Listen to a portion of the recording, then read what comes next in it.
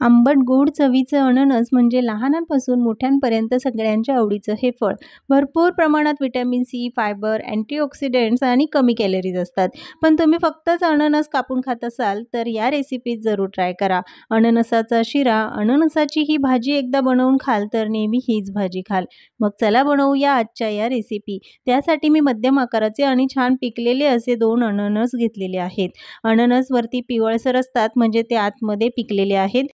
वरून हलकेसे हिरव्या रंगाचे अननस असतात ते खायला आंबट लागतात, म्हणून मस्त असे पिवळसर अननस बघून घ्या. त्यावरचे टोक काढून घेतले, स्वच्छ धुवून घेतल्यानंतर अननसाची साल काढून घ्यायची. अननसावरची ही साल काढणं म्हणजे मोठं जिगरीचं काम असतं. घरी आपण तेवढं परफेक्ट कापू शकत नाही. बऱ्याच वेळा अननस वाया सुद्धा जातो. शक्य असेल तर विकत घेतानाच अननस व्यवस्थित कापून घ्या.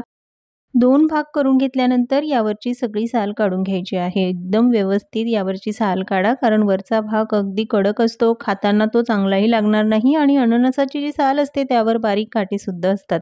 म्हणून ही सगळी साल काढून घेतली. त्यानंतर याचे मध्यम आकाराचे हे तुकडे करून घ्यायचे आहेत. खूप पातळ किंवा खूप जाडसर काप करायचे नाही. थोडेसे मध्यम आकारामध्येच हे काप करून घेतले. मी सगळ्या अननसाचे हे काप करून घेतले आहेत. बघाल तर लगेच अननस खावंसं वाटेल, पण थांबा, यामध्ये अजून मीठ मसाला घालायचा आहे. पाव चमचा मीठ, अर्धा चमचा लाल तिखट, थोडीशी हळद, अर्धा चमचा चाट मसाला आणि 1 चमचा साखर घालायची. जर तुम्हाला अजून आंबटपणा हवा असेल तर यामध्ये अर्धा लिंबाचा रस घालू शकता, पण अननस थोडंसं आंबटसर असतं म्हणून मी लिंबाचा रस वापरला नाही. आंबट, तिखट, गोड चवीचं अननस बघूनच तोंडाला पाणी सुटतं. तुम्हाला हवं असेल तर हे असंच खाऊ शकता. पण मस्त असं स्मोकी फ्लेवर यावा, थोडीशी वेगळी चव लागावी म्हणून आपण त्याला शॅलो फ्राय करणार आहोत.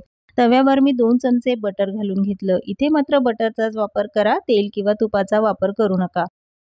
बटर मेल्ट झालं की गॅस मध्यम आचेवर ठेवायचा आणि लगेचच अननसाचे काप त्यावर घालून शॅलो फ्राय करायचे आहेत.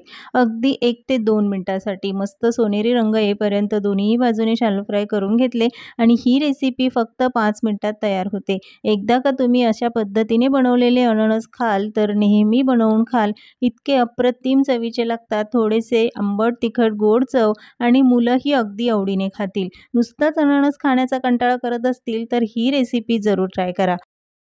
दोन्हीही बाजूने मस्त शॅलो फ्राय करून घेतले की गरमागरम खाण्यासाठी तयार. तोंडी लावण्यासाठी असो किंवा नुसताच खाण्यासाठी असं चमचमीत अननस. पण लगेचच आपण अननसाचा गोड पदार्थ बनवणार आहोत, तो म्हणजे शिरा.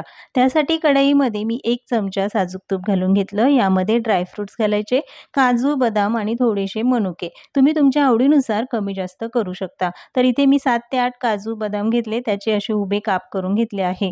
सोनेरी रंगावर ड्रायफ्रुट्स भाजून घेतले की काढून घेऊया. लगेच 4 ते 5 चमचे साजूक तूप घालून घेतलं. यामध्ये अर्धा कप रवा घालून घ्यायचा. रवा तुपावर चांगला भाजून घ्यायचा, रंग बदलेपर्यंत. गॅस मध्यम आचेवरच ठेवला आहे. फार मोठ्या आचेवर ठेवून रवा भाजाल तर तो लगेचच जळायला लागतो आणि मग तो खातानाही चांगला लागणार नाही. रवा भाजताना तो सतत हलवत राहायचा म्हणजे एकसारखा भाजला जातो. हलकासा त्याचा रंग बदलला आहे म्हणजे तो व्यवस्थित भाजला गेला. लगेचच काढून घेऊया. पॅनमध्ये पुन्हा 2 चमचे तूप घालून घेतलं. इथे मी साजूक तुपाचा वापर केला. बऱ्याच जणांना साजूक तूप आवडत नाही. त्याऐवजी तुम्ही डालडा किंवा तेलही वापरू शकता. यामध्ये 1 कप अननसाचे थोडेसे जाडसर हे तुकडे करून घेतले, ते घालून घ्यायचे. इथे मी 1 कप वापरले, तुम्ही यापेक्षा जास्तही वापरू शकता. तुपावर 1 ते 2 मिनिटं अननस चांगला परतवून घेतला की लगेचच यामध्ये पाणी घालायचं. तर 1.5 कप पाणी घालून घेतलं. आपण अर्धा कप रवा घेतला, त्यासाठी 1.5 कप पाणी पुरेसं आहे. पायनॅपल शिरा हा थोडासा पिवळसर रंगाचा असतो, म्हणून यामध्ये अगदी चिमूटभर खाण्याचा पिवळा रंग घालायचा. तो देखील अगदी ऑप्शनल आहे. तुम्हाला आवडत असेल तर घाला, नाही घातला तरीही चालेल. आता पाण्याला चांगली उकळी आली की लगेचच यामध्ये भाजलेला रवा घालून घ्यायचा. पण तो घालताना थोडा रवा घालायचा, लगेचच मिक्स करायचा, नाहीतर त्याच्या गुठळ्या होतात. आता हे व्यवस्थित मिक्स करून घ्यायचं. गॅस मात्र अगदी कमी आचेवर ठेवला आहे, नाहीतर लगेचच त्याच्या गुठळ्या होतात. हलकासा घट्टसरपणा आला की लगेचच यामध्ये साखर घालायची. तर मी अर्धा कप साखर घालून घेतली. अर्धा कप रवा घेतला, त्यासाठी अर्धा कप साखर पुरेसी आहे. पण जर तुम्हाला अजून गोडसर हवं असेल तर पाऊण कप साखर घालू शकता. साखर वापरायची नसेल तर त्याऐवजी गूळसुद्धा वापरू शकता. गॅस अगदी कमी आचेवर ठेवून 2 ते 3 मिनिटं शिरा चांगला शिजवून घेतला. फार घट्टसरही करायचा नाही, कारण थंड झाल्यावर तो अजून घट्टसर होतो, मग खायला चांगला लागणार नाही. सगळ्यात शेवटी 1 चमचा वेलची पावडर घालायची आहे आणि तळलेले सगळे ड्रायफ्रुट्स यामध्ये घालून घ्यायचे. लगेचच गॅस बंद करायचा आहे. फार घट्टसर शिरा होऊ द्यायचा नाही, कारण थंड झाल्यावर तो अजून घट्ट होतो. दिवसभर शिरा मऊसूत राहावा यासाठी त्यामध्ये पाण्याचं प्रमाण योग्य असणं गरजेचं आहे. वरतून पुन्हा 3 ते 4 चमचे साजूक तूप घालून घेतलं आणि तयार आहे खाण्यासाठी गरमागरम असा पायनॅपल शिरा.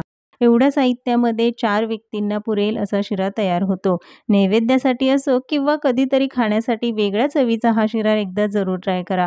अननसाचा शिरा तुम्हाला आवडलाच असेल, पण तिसरा पदार्थही तितकाच चविष्ट आणि आवडीचा, बनवायला अगदी सोपा, ती म्हणजे अननसाची भाजी. एकदा का बनवून खाल तर नेहमी बनवाल असा हा पदार्थ. पॅनमध्ये 3 चमचे तेल घालून घेतलं आहे. 1 चमचा मोहरी, अर्धा चमचा जिरे, 3 हिरव्या मिरच्या उभ्या चिरून घेतल्या. त्या घालून घेतल्या की लगेचच यावर झाकण ठेवायचं, म्हणजे फोडणी सगळीकडे उडणार नाही आणि किचन खराब होत नाही. 7 ते 8 कढीपत्त्याची पानं घालून घेतली की 1 कप यामध्ये अननसाचे हे थोडेसे जाडसर तुकडे करून घेतले. फार बारीक किंवा पातळ करायचे नाही. 2 मिनिटं तेलावर चांगलं परतवून घेतलं की लगेचच यावर झाकण ठेवायचं. 5 मिनिटं कमी आचेवर एक वाफ काढून घेऊया, म्हणजे अननस व्यवस्थित शिजला जाईल. त्यानंतर यामध्ये पाव चमचा हळद, अर्धा चमचा लाल तिखट घालून घेतलं आहे. चवीनुसार मीठ घालायचं आणि 1 चमचा यामध्ये साखर घालायची. साखर घालणं अगदी ऑप्शनल आहे, पण थोडीशी आंबट, तिखट, गोड चव लागते म्हणून साखर जरूर घाला. हिरवी मिरची सुद्धा वापरलेली आहे, त्यामुळे लाल तिखट तुम्हाला आवडत असेल तर घाला, नाही घातलं तरी सुद्धा चालेल. तेलावर हे चांगलं परतवून घेतलं. यामध्ये जरा सुद्धा पाण्याचा वापर केलेला नाही. सगळ्यात शेवटी अर्धी वाटी खोवलेला ओला नारळ घालून घ्यायचा.